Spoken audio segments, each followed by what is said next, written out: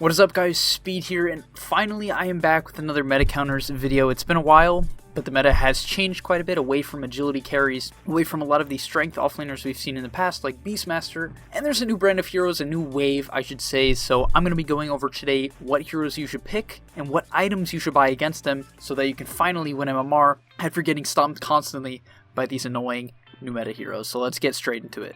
But actually, before we get into it, as typical, I'm going to talk about gameleap.com, but what I want to say this time is not that there's 1,000 guides, which there are, but not that. Rather, on the forum, currently I'm asking people what they want to see updated on the website, and I'm going to pretty much be taking personal requests. So if you really want to see something individual and you don't think what I'm doing on YouTube covers exactly what you need, you can become a member of gameleap.com for a cheap price and ask me pretty much whatever you want, and if I have time to get to it, there's a high chance you'll get exactly what you want out of the website. So if that sounds appealing to you, definitely go check it out, and yeah, I'm happy to do it for you guys. So let's get into the video.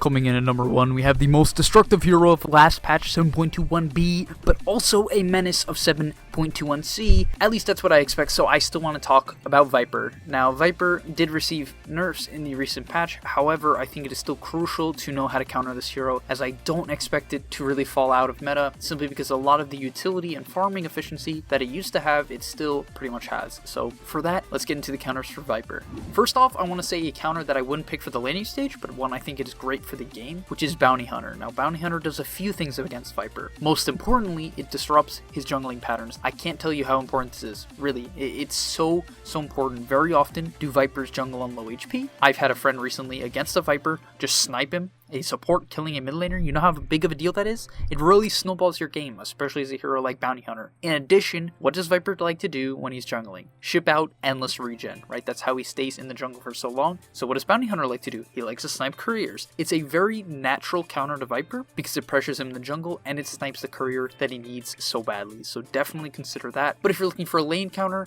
I'm going to give you some right now. So unfortunately, I want to say Kunkka. However, the hero has nearly been phased out with the recent change, not allowing him to deny anymore. However, the heroes that are still good are Death Prophet. She naturally has a way of actually pressuring the map and taking Viper's towers, but in the lane, especially with their new buffs making her Q more spammable, and her E being such a good sustain spell, you can trade very efficiently with Viper. Next up we have Morphling. Now Morphling will pretty much always get free farm against Viper, which is very scary. And why is this so scary? Because Morphling can turn into Viper, right? It's pretty self-explanatory. A Viper in fights is so deadly because he's so hard to kill. So a Morphling that turns into a Viper is also so deadly and so hard to kill. You pretty much have the innate ability to burst someone with E-Blade, turn into Viper, be impossible to kill, get his break, you get his corrosive skin, you get his annoying Q, you get a lot of the benefits. In addition, your hero is so high DPS that you actually have a way of killing Viper throughout the game. Morphling is a hero that naturally does a lot of damage, and Viper is a hero that doesn't do damage in bursts, and as a result, it's very hard for Viper to kill Morphling, but it's not that hard for Morphling to kill Viper. And finally, one more support that I want to mention is Rubik. Rubik is good against Viper simply because the steal you take will always be very good. Nether Toxin being maxed out is easily one of the best Rubik steals because it will allow you to farm and get your Blink Dagger or Yules, or if you steal his ultimate, you have one of the highest DPS spells in the game, and is great with the spell amp that Rubik gets. So that is a nice just pick. If you see Viper, you can pick Rubik as long as your lanes are good enough, and it will be great for the game. Now for items, first off, Force Staff is crucial. If he's going Rod of Atos on Viper, you need a Force Staff. If you can break up the combo and get people out of the Nether Toxin, this will heavily reduce Viper's damage. Next up we have Lotus Orb. It's very easy to reflect Viper's ultimate with a Lotus Orb. In addition, you can purge the Rod of Atos and some of his previous slows, so there's a lot of value in the item. And finally, what I want to say about Lotus is that if you reflect his ultimate onto Viper, it will easily kite him throughout the fight. Next up is self-explanatory, which is Pipe. You know, Viper does a lot of magical damage, not much more I can say about that. And finally is Silver's Edge, which is great on specific heroes like PL or even maybe a hero like PA, who might struggle to kill a Viper simply because of his passive. You can look to pick up this item if you really feel like his passive is going to be an issue throughout the game. Silver Edge is a great item to deal with that, so just keep it in the back of your mind. Next up we have Pango. Now Pango, in my opinion, is easily one of the most obnoxious heroes of 7.20. Just in general, Lucky Shot is insane. The spell is so hard to deal with. It's a silence, a disarm, a crazy slow for 35%, and it lasts for 5 seconds. In addition, he he's extremely hard to kill because he buys items like Greaves, he has 3 different mobility spells, and 1 that gives him introduction. For that, I think Pango is easily one of the best heroes of the patch, also because he can be played mid, as I talked about in my recent video, he can be played off lane, and even in the safe lane. So this hero is very, very flexible, it does a ton of damage with very little items, and for that, let's go over the counters. First off is Puck. Now, what I want to talk about against Pango is the ability for leashes to destroy the hero. Now, the 2 heroes I'm going to recommend against Pango both do the same thing, which is Puck and Grimstroke. Puck, if you ult the Pangolier, he cannot cast any of his spells. It is super great. In addition, you have a silence. There's a ton of value to this, simply because you can control the Pango and he can't control you. Now, of course, you have to be careful about Lucky Shot because it is a very long silence. However, your hero naturally buys heals. So, in general, this matchup actually goes very well for Puck, because you can lane well if it's mid, it's not too bad of a matchup, and throughout the game you have a lot of nice utility that can allow you to control the pesky Pangolier and actually take him down, because his HP pool is not that high. However, he just moved around the fight so quickly that it's hard to control him. And Puck's Dream Coil will completely negate that. Next, as I talked about, is Grimstroke. Grimstroke has 2 of the same things that Puck has, which is a silence and a leash. Both of these things, as I talked about, completely counter Pangolier. I'm not going to go into depth about this matchup, simply because all the things I said about Puck, you can apply to Grimstroke. And finally is Bane. Now, offlane Pangolier is not that strong in lane, so Bane completely exploits this weakness. Bane will crush Pangolier in lane so hard to the point where Pangolier is just a non-factor, and it's not hard to kill at all, because as we all know, there is a Pangolier in pubs that just runs around 0 and 6, level 5 at 20 minutes, doing completely nothing after laning against a hero like Bane. So definitely consider that if you know it's an offlane Pangolier, and in addition, Bane has a way to control Pangolier in his ultimate, which is super, super valuable. For items, I would recommend Atos. Atos allows you to actually catch the Pangolier when you do not have a hero like Puck or Grimstroke. He cannot use his ultimate or his Q, which is Swashbuckle, in the root duration, so it actually gives you a small timer in which you can actually line up other stuns that might be hard to land on him previously, such as a Leshrac stun, or at least just allow you to right-click him during the 2-second duration. Next up is BKB. I feel like I don't have to explain this, however, I think most people just skip this item for no good reason, but if you're against Pangolier, I heavily recommend you buy this item. Then is Hex, once again similar to Atos, a lot of team comps just don't have control, and Hex allows you to have that control. And finally, one of the more interesting item combinations is Drums and Phase Boots. Now, often in Pangolier's ult, a lot of heroes can't naturally blink away from it or phase shift away from it, so you can buy Drums and Phase Boots to easily sidestep it. The combination of these items gives you super high attack speed. In addition, the turn rate of Phase Boots allows you to easily break the ankles of Pangolier and just get out of the way from his ultimate. Next up on the list is my sleeper hero, and in fact, he is actually going to haunt you with your sleep, and that is Night Stalker. This hero is so frustrating to play against. If you haven't played against it in your pubs already, I recommend you ban it or pick it, because this hero is insane. I genuinely believe it's going to be more popular and become more popular as the patch develops, but we'll have to see. However, I'm going to talk about what I think is the main counter to Night Stalker right here. So if you think about Night Stalker in general, what are his weaknesses? And it's pretty self-explanatory, it's pretty straightforward. It is the daytime, right? Night Stalker does not like to be in the daytime, however, he can force the nighttime. But what do you want to do against Night Stalker? And that would be push strats. And for that, I would recommend you pick Lycan, Dazzle, Beastmaster, Dragonite, and Lone Druid. Push strats are the way to exploit the main weakness of Night Stalker. If you can force his ultimate, or at least kite it out, and then push and end the game while he is a melee creep, you will have great success. In addition, Lycan, Dazzle, Beastmaster, Dragonite, and Lone Druid all are very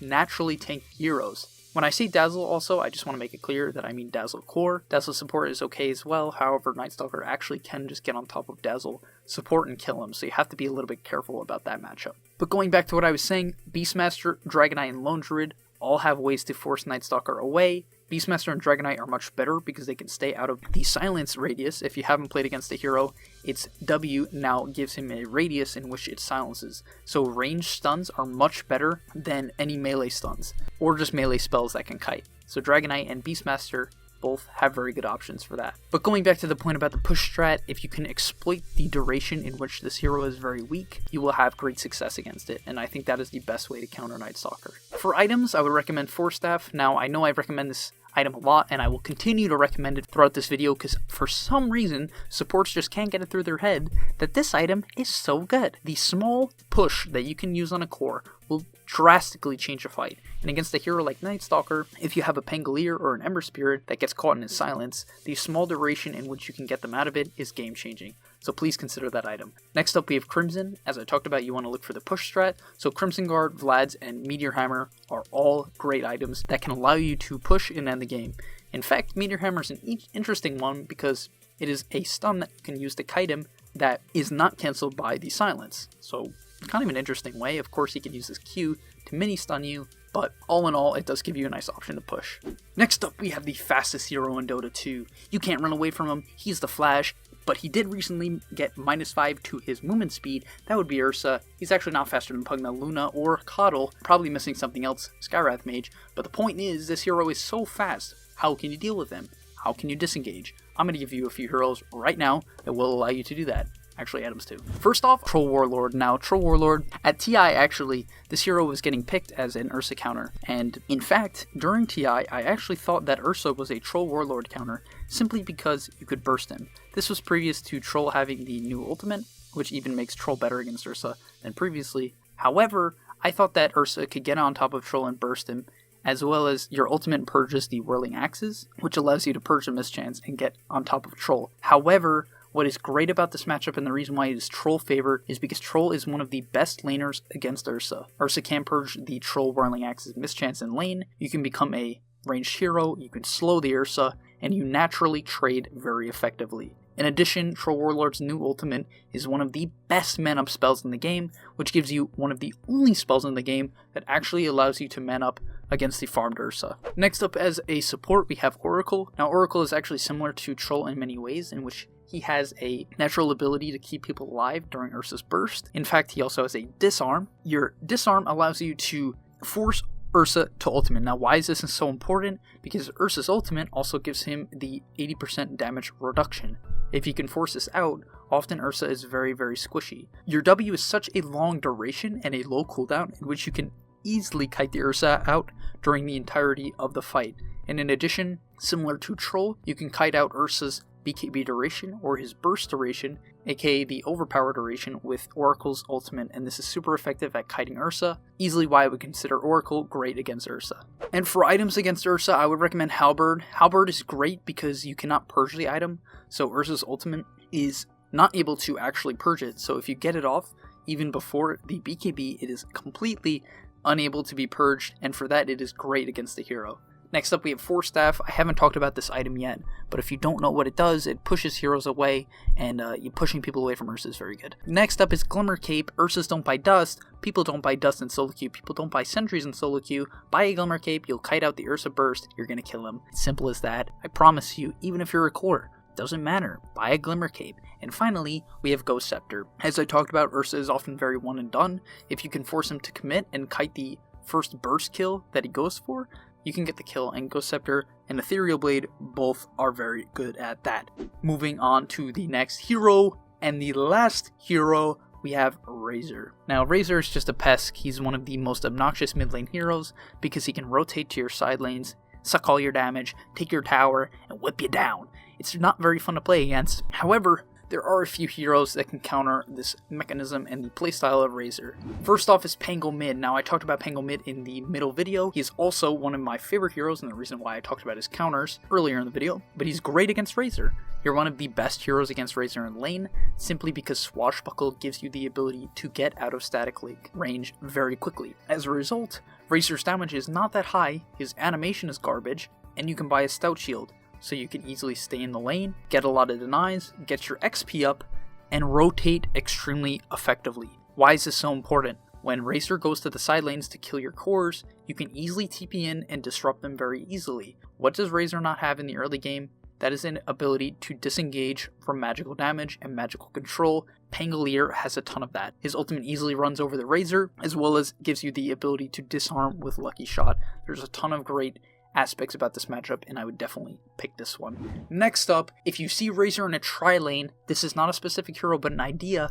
tri-lane the Razor. Why is this good? Razor is extremely level dependent. If you catch Razor and he is low on level, he is squishy, he has very little response, the hero does nothing. He doesn't catch up quickly, so pretty much if you can shut down Razor early, he will have a bad game. So if people put him in the side lanes, get your supports to come. If you have to make someone solo lane to make the Razor have a bad start, it is usually worth it. Why is it usually worth it?